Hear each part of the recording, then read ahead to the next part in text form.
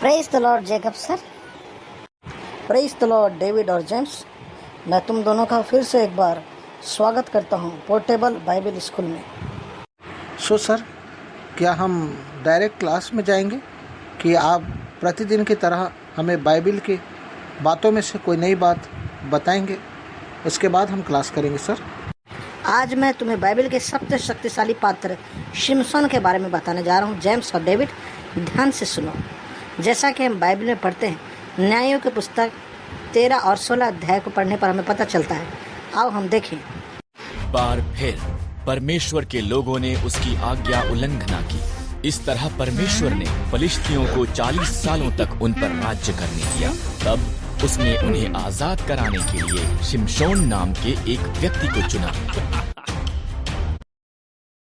एक स्वर्गदूत ने शिमशोन की माता से वादा किया था कि वो पुत्र को जन्म देगी। शिमशोन को परमेश्वर के साथ 3 वादे करने होंगे। कभी भी मदिरा नहीं पीना, कभी भी मुर्दों को नहीं छूना, कभी भी अपने बालों को नहीं काटना।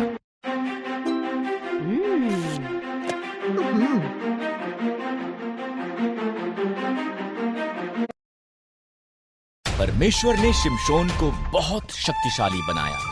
उसने एक सिंह को मार दिया और मधुमक्खियों ने उसकी लाश में शहद बनाया।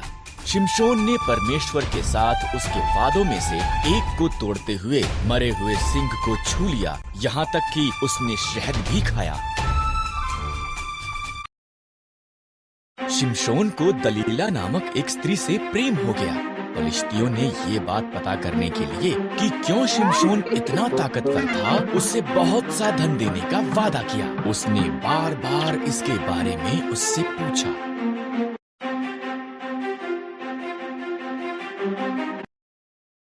अंत में शिमशोन ने दलीला को उसका रहस्य बता दिया।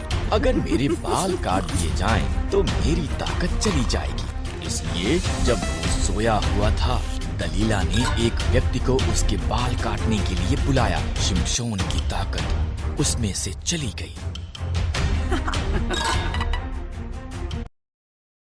जब फलिश्ती आए, उन्होंने आसानी से उसे पकड़ लिया। उन्होंने उसे अंधा कर दिया। तब उन्होंने उसे जेल में डाल दिया और भारी चक्की पीसने का काम दिया।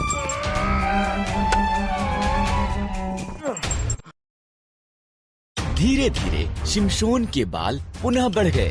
फलिश्ती उसे उनके झूठे देवता दागोन का उसे हराने में धन्यवाद करने के लिए उनके मंदिर में लाए। शिमशोन ने परमेश्वर से कहा कि एक अंतिम बार उसे ताकतवर बना दे।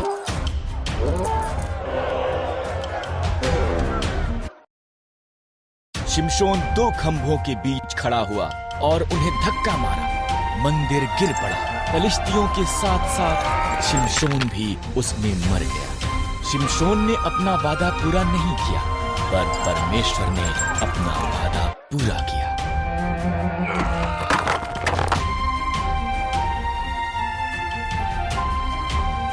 अच्छी लगी जेकब सर, आपका बहुत बहुत धन्यवाद कि हम शिमशोन के बारे में आज जान पाए बहुत अच्छी तरीके से। हाँ, वो तो ठीक है डेविड और जेम्स, लेकिन इस स्टोरी के द्वारा हमें ये बात सीखने के लिए मिली है कि हमें कभी भी घमंड नहीं करना है, पर अपने परमेश्वर यहोवा से संपूर्ण मन, प्राण, बुद्धि और शक्ति से प्रेम रखना है और हर समय उसी पर भरोसा रखना है, ताकि हम अपने बल पर भरोसा न रखें, नहीं तो हम फंदे में पड़ेंगे और पाप हमें गिराएगा। यही बात है, इस बात को हमें सब मन में रखना। God bless you.